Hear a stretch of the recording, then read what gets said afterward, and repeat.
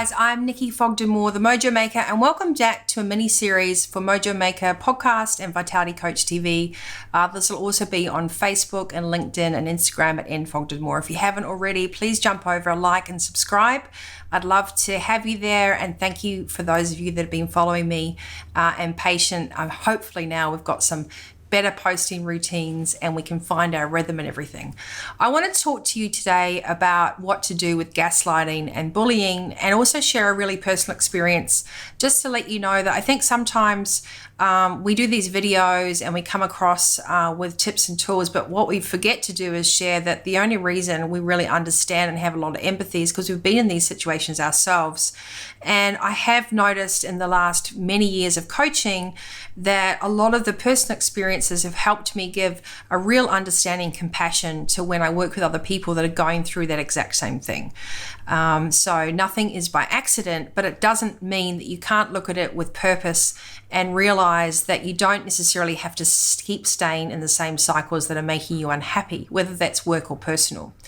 If you haven't already, you can actually go onto my website, VitalityCoachTV and VitalityCoach.com.au. So that's YouTube and VitalityCoach.com.au. And you can get one of the books now, my latest one, Adulting, the Rally of Life, shameless plug here, but it has a lot of this information that I'm about to talk about, and you can use the code MOJO30 for 30% off. That's going to be evergreen. So if you're listening to this, thank you. And as a thank you, you can use MOJO30. So what is gaslighting and why is it so important? It's not just this thing that is restricted to personal relationships. We are having the rise of people talking about narcissistic tendencies, whether that's even bullying at school and from adults and parents right through to boardrooms.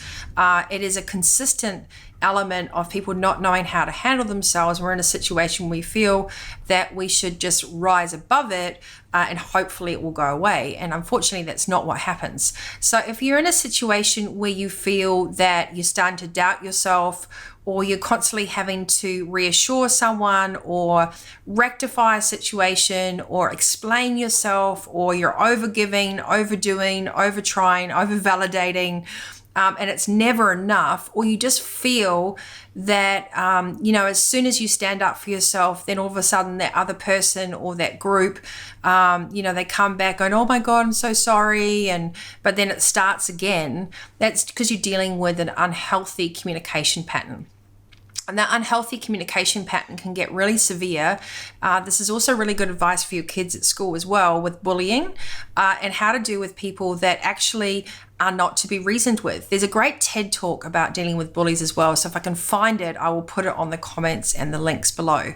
Most importantly, you need to understand that if someone is constantly trying to control a situation or making you question yourself, or you even doubt how wonderful and how much value you add and who you are and how you contribute, whether it's in a work environment or a personal environment, that is not okay. And that is not healthy, right? It is just this learnt behavior from a very young age that we have to sell our way into things. Like if you have your vegetables, you can have dessert. If you finish that test, you can go outside and play. If you are nice to Auntie Pam, then you can go and do X, Y, Z. So we're always spent time negotiating for what we really want to do. Now, you'll notice any healthy relationships, there's a reciprocal give and take of energy where there's no negotiation required. It's just a seamless flow and energy of in and out. And that is a really important distinction in interpersonal relationships and interdependence, which this world really needs. We need to be self-sufficient, not that we don't need anyone, but that we can operate in our entire self feeling replete, R-E-P-L-E-T, that is completely satisfied in ourselves, and knowing that we can amplify and add value to any project, person, place, or thing. So let me just repeat that. We want to get to a situation in our society where we have mastered art of interdependence. We show up as an individual, we're self-sufficient, we know who we are, we know what we stand for, we know what skills we bring, and we can contribute and co-create in a situation, whether it's a classroom or a management room or just, a factory floor, knowing that you're already enough and understanding your boundaries and barriers for healthy relationships and communication. You should never feel that you're put in a situation where if you do not do X, Y, Z, it could mean that you can lose your job, your friendships, your well-being, your finances, and your freedom. Okay, that is narcissism, that is codependency, that is control, that is manipulating behavior, and is not okay. Now, all too often, I see this at an extreme level in the boardroom, where people who have worked their entire careers to get to a senior position or a CEO position, or they've started up their company, they're a founder, and all of a sudden they're in a situation where they feel they don't have their autonomy, their freedom, and their say anymore, and they have to people please. And they've probably been doing that all their life, but the window gets narrower when you start to feel like this is not okay. I'm feeling suffocated, I'm feeling anxious, I feel like I'm constantly apologizing, yet I still go back into the situation. I feel I have no control. So if you're in a situation like that, that is a red flag that you're trying to be controlled and you're allowing yourself to be controlled. It's a codependent situation. So one of my clients the other day, he was saying, you know what, I really need this job, so I'm going to put all my energy into it, and I'm working 10 hours a day and they're not paying me on time. I'm like, this isn't healthy. You know, any place that you show up where you are giving your all, that needs to be recognized in a really, which is, if you deliver this, that gets back in return. You know, you can't hold people, their emotions, their financial security, and their well-being at ransom. So if you are in a situation, whether it's a schoolyard or your kid comes home from school and says, you know, Sally said I'm a loser and she doesn't want to play with me anymore, and she keeps sending me these text messages and I'm excluded and whatever else, the same things happen and in a boardroom. And you have to be able to say as an individual, that behavior is not okay. But if you try and reason with an unreasonable person, then all you're doing is giving them the attention they want in the first place. Now, for a gaslighting or narcissism or control behavior or codependency, that is actually a system which I call the match and the lint, right? So you can only create a flame with a match if it has a surface to strike off. If you take that surface away, then there cannot be any flame. So which is why when you rub two sticks together, you create heat. But if the two sticks are that far apart, you don't get any heat.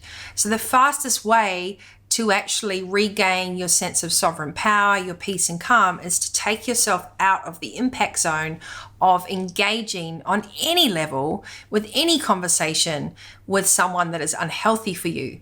And that means trying to reason with an unreasonable person will never work out. But recognizing what's happening to you with gaslighting is the first step. So gaslighting usually occurs when you're baited into something, and there's usually a myriad of different behavioral skews, right? From someone being overly nice to you, then being kind of putting the guilt trip on you, then showing you up in front of someone else, then excluding you, then pulling you back in again, then feeding you lots of energy, then ghosting you and not being in contact. I mean, all these things are manipulative behavior to make you dance through hoops and feel like you have to validate yourself to that person, that project, or that place. That is not the case, and it's very, very unhealthy. That is actually a form of bullying and control behavior, and it can escalate to really, really serious situations that I've seen in a boardroom where people don't even feel comfortable to turn up for work, and they get shut down, they can't communicate anymore, and they can't stand up for themselves. So this is not age specific. It's also not gender specific. It is behavioral specific. So when gaslighting usually is spoken about, it's often spoken about in relationships of a personal nature, right? Like, you know, a boyfriend or a girlfriend or a spouse. They are trying to control the other person. So it's emotional abuse. And that means, you know, telling someone they're beautiful one moment and then ignoring them the next, and then asking them to do something. And if that person says no, then that gaslighter starts crying and calling the victim. So as soon as you call out someone that's a narcissist or a gaslighter, chances are you'll get the, oh my God, you don't understand. My life is so bad. I've got my workload is a lot. You don't understand what I'm going through or the responsibilities I have. Poor me, poor me, poor me, poor me. And it takes all the actual facts and stats away that you're being the one that's been victimized, right? So that person will always bring it back to how they matter the most. And that is the most important thing you have to do when you're recognizing you're in an unhealthy communication or behavioral situation with another individual or with a group of individuals, is that they will never hear you and change their behavior accordingly. In the beginning, they will swivel their behavior, but they won't change it accordingly. You know, when you listen to, if there's ever a mistake, when someone really cares, they change how they respond to you the next time. They acknowledge it and they apologize, and it doesn't happen again. But if the same behaviors are going over and over and over again, and you find yourself in a situation where you're being excluded, bullied, spoken down to, ridiculed, and then all of a sudden made to feel like you're amazing, that's got to do something with your mental aptitude, right? That's what's happening for our kids at school. It's happening in teenage years. It's happening at university. And it's also happening in the workplace. So the only thing you can do is recognize that behavior when gaslighting occurs and remember my match analogy. The number one thing to do to shut down a bully or a gaslighter is to say to them the truth. That is not okay by me. And that's it. Not to say why it's not okay, not to try and convince them to change their behavior, but to quite simply say that behavior or what you've just said or how you're treating me is not okay by me. It doesn't mean you have to engage and go and give them a Shakespeare script as to all the reasons how they could do better. It is to simply state the fact that you have a personal boundary that has been crossed and that has not been treated with respect or by being treated in an unfair and shame way is not okay by you. So that very first step, the very easy language and words to use, that is not okay by me. And then you may get a various response from that person or that group. Oh, don't be so dramatic. I don't know what you're talking about, etc., etc. But you don't have to engage. All you have to do is say that is not okay by me. That's the most important thing you can do, is set your first boundary. And you can tell your kids to do that too at school. That is not okay by me. And that bully might come back and push again. But you've just got to say that's not okay by me. And then the other thing you must do when you're in this situation is you have to confide in someone that you trust that this is going on. Because 9 times out of 10 in emotionally manipulative or physically manipulative situations, people feel too silly or too afraid or too uncertain to speak up. And let me tell you something, when you're in that kind of emotional abuse, that is not okay, and you must speak up. And you must have a confidant or a friend or even a trained psychologist or a counselor or someone you can go to that will say, I hear and acknowledge that you're in a situation that makes you feel unsafe and that it's not healthy for you. You are heard. It's very, very important. That significance is really important. And then if this continues to go on, you have to remember that you have to take yourself out of that situation. But you can't take yourself out of the situation. You can't complain about that situation to others. And you can't keep going on about it if you're not prepared to do something about it, which means removing yourself, removing the conversation once you've acknowledged that you're not happy with it. Prepared to follow through. And this is really hard in personal relationships as well as work relationships where that's all you've got, right? You're like, if I walk away from this, what will I have? But all you can do then is try and mediate with that person and bring it to a firm meeting and an arrangement where you're actually saying, if this behavior doesn't change, it is an unhealthy way for me to exist with you. So then you're always going to need a third person objective support, because doing this on your own with a narcissist or a gaslighter is like walking into the bear's den. You're not going to get out alive, because that's what they love. They love the engagement, they love the drama, and they love the addiction of the story. And then you'll just walk out more confused. So I think gaslighting is such a normality now that we've often forgotten the red flags and the signs around it, and we just kind of sweep it off as, oh, that's bad behavior. But it wears people down. It wears you down from your confidence. It wears you down from your self-worth. It wears you down from feeling that you're okay.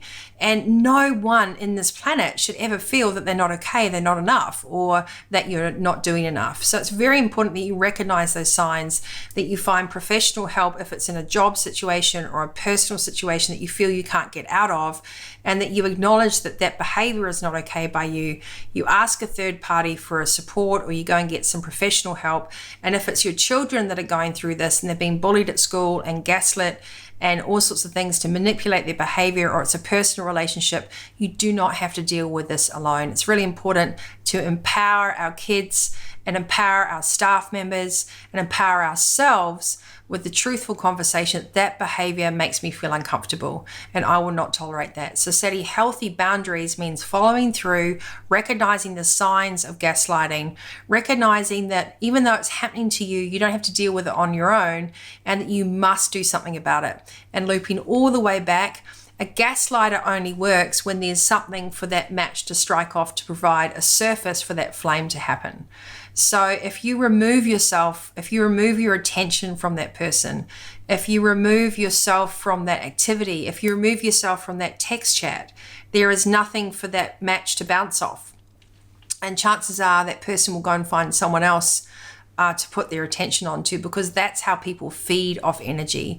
They feed off the drama, they feed off the positive, they feed off the negative. As long as there's some conflict or some sort of conversation back and forth, it doesn't matter if it's healthy or unhealthy, it validates their existence. So when you take that validation away, when you take that attention away and that constant requirement that you have to explain yourself to that person, then you're realizing that you're taking away the trampoline from them to springboard off. And that's the very first important thing to do.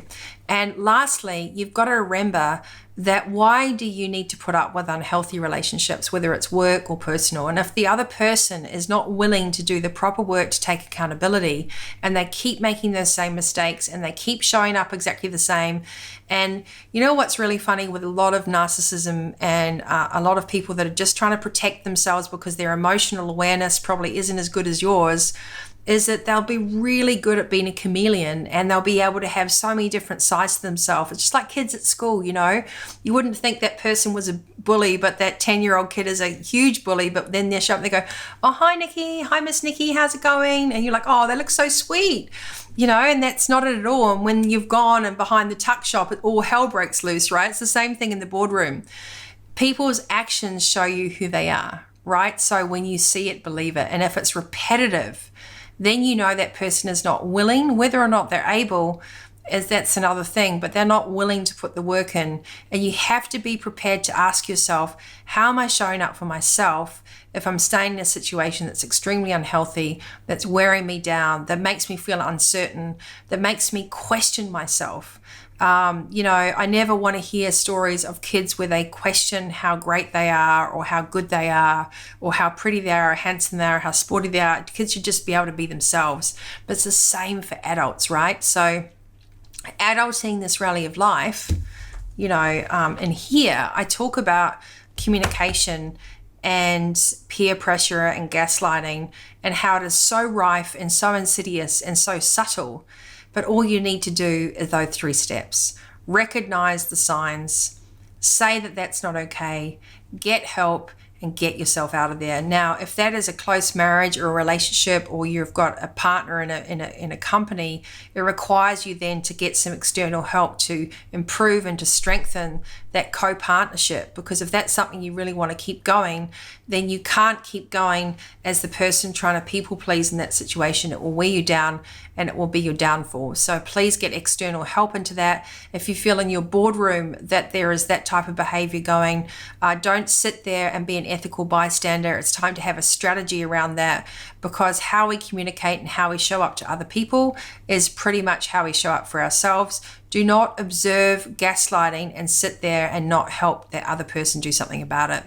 Being seen is so important. So, you know, there are many, many fantastic videos on YouTube and some great psychologist videos as well. But behaviors of humans are very, very consistent. Is that sometimes some people will want to change and sometimes others won't. All you could do is be in charge of what you want to do with the situation. That is your first priority. And once you know that, then you can take the next right step to own your side of the street. And if you're doing this to provide a better environment for your children, a better environment for your staff, you know, usually narcissistic behavior won't change, it just gets transferred. But don't try and tackle it on your own, because if you did know how to do it, you wouldn't be in the situation in the first place. But it is a lesson that we all need to learn. It's a lesson we all end up learning. And if you can extract yourself from something unhealthy, improve the situation, or put yourself into something which is reciprocal and healthy, then you're doing the right thing for the greater good for yourself. And you're reducing the impact and the collateral damage that that situation has, not only on you, but everyone else around it. So don't be an ethical bystander in your own life. Speak up, show up, get some help, and don't be an ethical bystander if you see it happening around you. Speak up, show up, and get some help. I'm Nikki Fogden-Moore, the Mojo Maker. I hope this video and this discussion is giving you a little bit more of just a general insight around gaslighting behavior and how to kind of navigate your way through it. And that it affects so many of us at many different ages and levels and titles. and that you have a chance to remove yourself from that situation, and most importantly, remove yourself from being part of that equation and enabling that behavior. So come and join me on the Mojo Maker podcast, on Vitality Coach TV on YouTube, vitalitycoach.com.au, and you can grab Adult Seeing the Reality of Life and Fitpreneur and also Vitality all on my website for signed copies. Use Mojo30 code for 30% off. And if I can help you in any way, please reach out and leave a comment. Until next time, you stay healthy, wealthy, and wise.